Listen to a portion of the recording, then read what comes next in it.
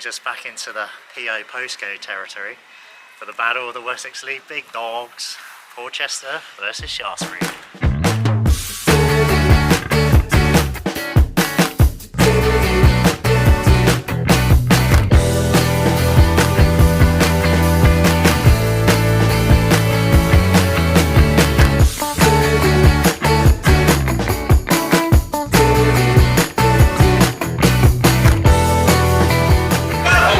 Inside the clubhouse now, absolutely brown packed. So again, it's great for Wessex League football that many people are here.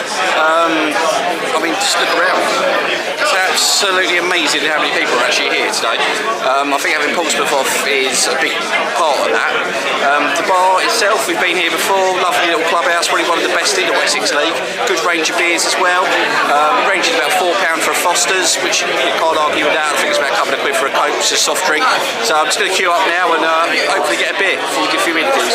This is Lewis from the Arancioni, the Porchester Supporters Group. Tell us a little bit about yourselves. So yeah, like obviously the club, I mean there's a lot known about Porchester already, but in terms of the supporters group, what we've been doing, so probably just after about COVID, the chairman said, you know, do you want to try and get a few more fans down and try and spread the word a little bit about what's going on here? And then yeah, like been pretty fortunate. We've had probably about 50 paying members in terms of the fans group as well. So yeah, and then it's just been nice to see, to be honest. I mean, you see the crowd today as well. Like hey, when I first started coming down here, you're talking like maybe 100 fans. Like, you know, hoping there's an average attendance, we're talking about 250.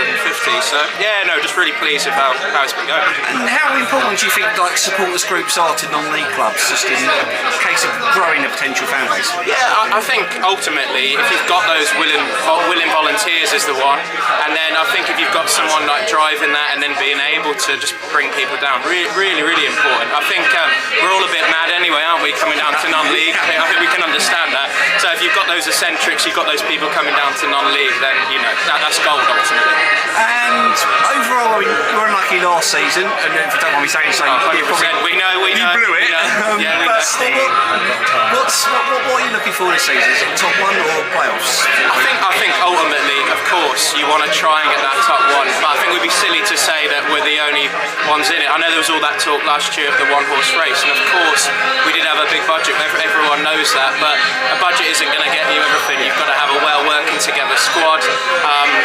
You look at last season with those four teams. Like Horndean were worthy winners at the end of the day. You know, we didn't get there over the line at the end, and that's what matters. So I think ultimately, within answer to your question, if we can be one of those top three, like of course we want to try and do it, but you know we'll have to see how today goes ultimately against a really good team today. Yeah. And finally, as this is a ground hopping vlog, what would you say to anyone looking to come down to a Porchester game? Ultimately, like you can't go wrong with Amy's backs, like for one. But you're going to find a friendly club. You're going to find a lot of eccentric people who love a bit of non-league football. I mean, you can't go wrong. There's a castle you can go look around. You got the Portchester Craft House. I don't know why you wouldn't want to come to Porchester, really. Brilliant. Thank you, Lewis.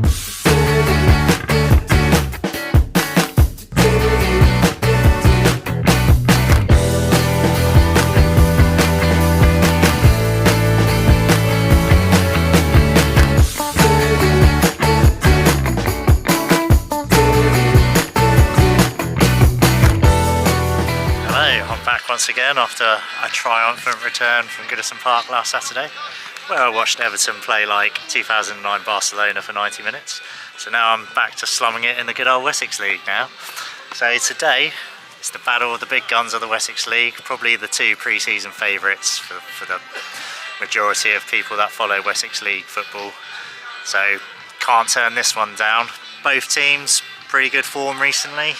Both won their last 5 or 6 league games, haven't they? Both scoring over 20 goals.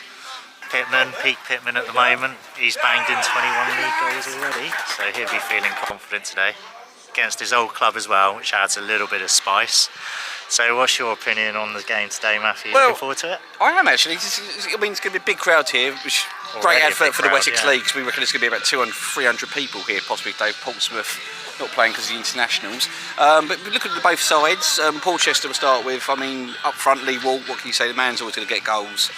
at this level. He's on 12 league goals this season, but he's joint with Harrison Brook with 12 goals. But it's kind of been a team effort. There's goals coming from all different positions. And not relying on one man. George Baker with 6, Josh Benfield's got 5. Then you look at Shaftesbury again, you can say the same thing. It's mostly Pitman who has got them, he's 21, but it's also been contributions from Greg Rees, Callum Sweeney, Luke Holmes, all 4 or 5 each. But the 2 centre backs is probably we're not going to get the credit for Shaftesbury.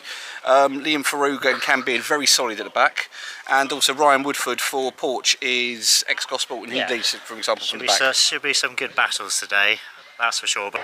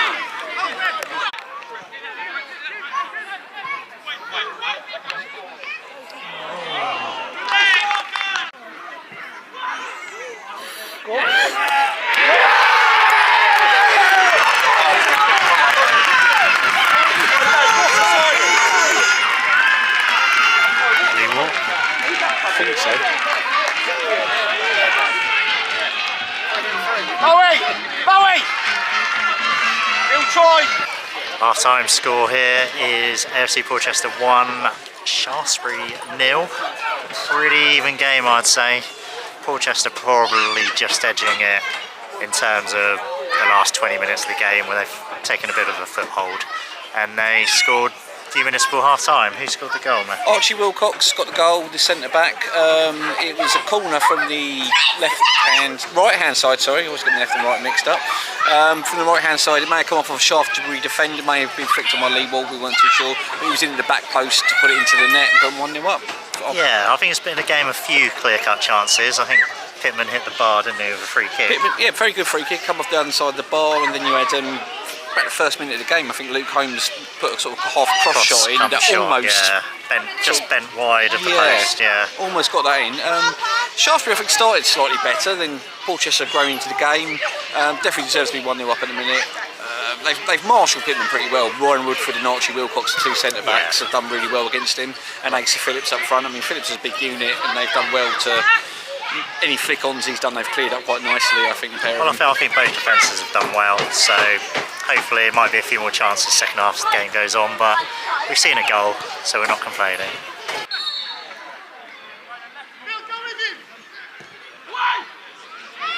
Oh, that was a good chance.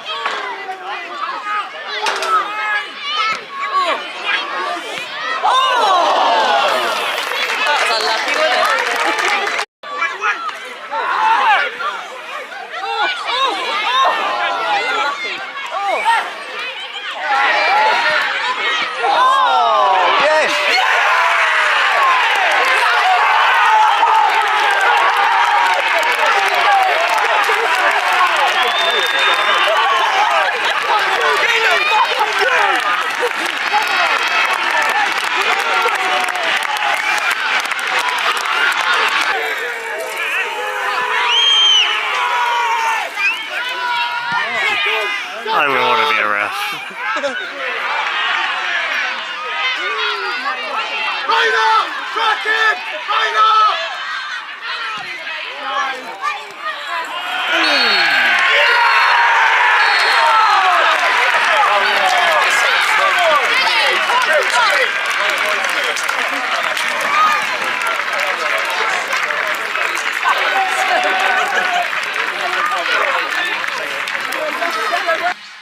Full-time score was AFC Portchester 2, Shaftesbury 1. Very closely contested second half, I thought. Probably a closely contested game all round, I thought. With just one good finish by Lee Watt, a couple of minutes to go, wasn't it? Was the difference after a Pitman penalty midway through the second half. But yeah, again, not really much to separate the two teams today. You can tell they're both really good quality teams in this league. There's a difference you can tell between most of the other teams in the league, but yeah, enjoyable game. What do you think, Matthew? I think it's a very good game. Again, we say most weeks, good advert for the Wessex League in particular. I think. I think Shaftesbury, again, started the second half probably better, but they had to, 1-0 down, they had to go for it. Got the penalty. Luke Holmes, I thought, was brilliant for them. You can tell he's played some Premier League last season. He sort of drilled his way through, brought down. Pitman buried the penalty. He wasn't going to miss that, was he? No. And then, obviously, towards the end, a bit of drama there, right? You know, literally, 87th minute. Great save by the goalkeeper, and Lee Watt was on. You know, that's what his bread and butter. He puts those away. He puts those away. And his money off that strike. So yeah, I think they're definitely the happier team tonight. So yeah, good performance by Portchester overall. So well on the way to taking top spot, but again, Moneyfields might have something to say about that, and AFC Stoneham once we check the results today. But another successful blog, Matthew. Indeed, great crowd as well, massive turnout. Yeah, probably a good 500 today, I reckon. Which again, great advert for the Wessex League. Winning 2-1, 87th minute against Shaftesbury. How's that feel? Brilliant. You can't. I don't think anything beats the last-minute winner against Shaftesbury, a top of the league, good team. But yeah, Jim had the strike. What he finished it in after, so. Nothing beats that feeling. You can tell the sort of team spirit as well, the way the whole bench was celebrating at the end. How important has that been to Portchester for this season? Yeah, it's been brilliant. Like, we've always had a good team spirit. This season even more than so. I think that's 8 or 9 wins in a row. But yes, it's a good thing we've got at the moment. Hopefully we can keep it going. It was a tough game, especially when Brett Pitman returned to score the penalty in the second half. How did you G yourselves back up after sort of the equaliser? The first half was tough. I'd probably say they might have edged the first half in terms of chances created and stuff, but we got the goal from Archie. Second half we said keep tight. Unfortunately they got a penalty, which I don't think was a penalty, but after that it's always, the game's quite open, but we stuck together, and then yeah, they could have gone either way. They could have nicked it as well. Pitman had a close one when Moe was off his line, but fortunately we got the winner, and yeah, two good teams that will be up the top end of the season. And finally, like at the beginning of the season, did you set out the target to win the league, or was it just to get promotion? What was sort of between the players and the managers? If you asked us personally and individually, I think we want to win the league. I think the club deserves it. Paul Kelly deserves it. I think the players we got are good enough to win it. But if we get promoted either way, we just want to go up and do well in the cup, or Brilliant. Thank you very much for your time. Cheers. So, as kit man of Portchester, what does this entail? Well, it's just basically getting here early in the morning, and then basically it's about like getting everything prepped, everything ready for the game for the players. So I get in here about 10:30 in the morning, and it's just about getting everything prepped for the players really. As you can see, it's a bit of a madhouse. This is after a game now, so this is like mayhem now because we've got to wash all the kit, and the kit is everywhere. So, but we've got the washers on now, so that's good. So it's about clearing up the change rooms, clearing up the away changing rooms, and then we have our little system here because we're going to get ready to pack. So once we've done the changing rooms and we cleaned all those up, then we get the skips in there, and then we'll start packing again for Tuesday. So what's the best part of your job being a kit man? Best part of the job? Probably being around the boys. There is times I could kill them, and there is times where they're just like today, where they're just phenomenal. We've won the game. It's top of the table clash, and it's big thing. You want to win, don't you? Because you want to stay within those top 3. So and that's what we want to do. But we just want to do it our way, and it's just being around the boys. We've got 24 grown kids to look after. And on the flip side, what's the worst thing about being a kit man? Mud. Probably mud. Probably the worst is like when you've got like the other night cows. I mean, you're getting on the 11 o'clock ferry, you're getting back here at midnight, and then you're literally putting a couple of washes on, and then you're literally going home having fire, getting in at 1 o'clock in the morning, and then I'm literally back in first thing in the morning to get the kit done. And it's hard graft. It's not any kit man that tells you it's easy. It's not. It's not. You've got so much to remember. You've got so much to remember when you pack. I think probably the worst bit is probably forgetting something. That's probably the worst part of my job, is if I forget a player's boots and it's only happened once. But no, I've got a real sort of tick sort of sheet, and we make sure we've got everything. So.